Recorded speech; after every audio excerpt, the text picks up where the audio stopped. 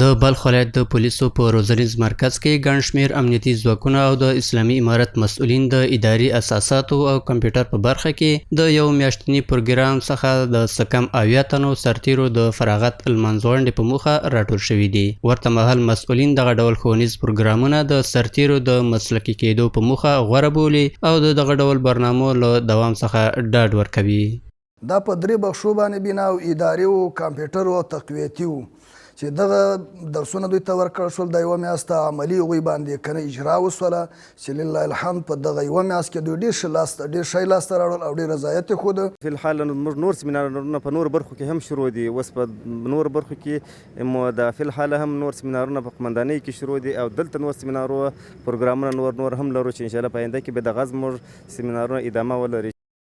ورته مهال ګډون کوونکي د دغه ډول ښوونیزو برنامو په لاره اچولو څخه خوښ دي او د یادو پروګرامونو پر دوام ټینګار کوي.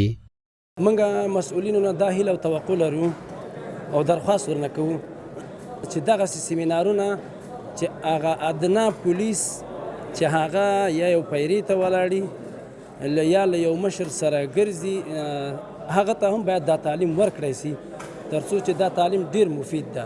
کوم کورس یو میاشتنی دایر شوی و په اکاډمي د پولیسو کې الحمدلله ډیر څه کولی شي چې خپله معاونین صاحبان د ولسوالیو او د حوزاتو په خپل کار کې ډیر پرمختګ وکړي او خپل کارونه په سمه توګه باندې ادا کړي. انشاءالله تعالی ډیر څه زده کړي دي. تقریبا 80% زموږ هغه کم کاري یا هغه ورځني چارو دپاره چې کوم مشکلات و د هغو د حل دپاره به لاره راته هواره کړي.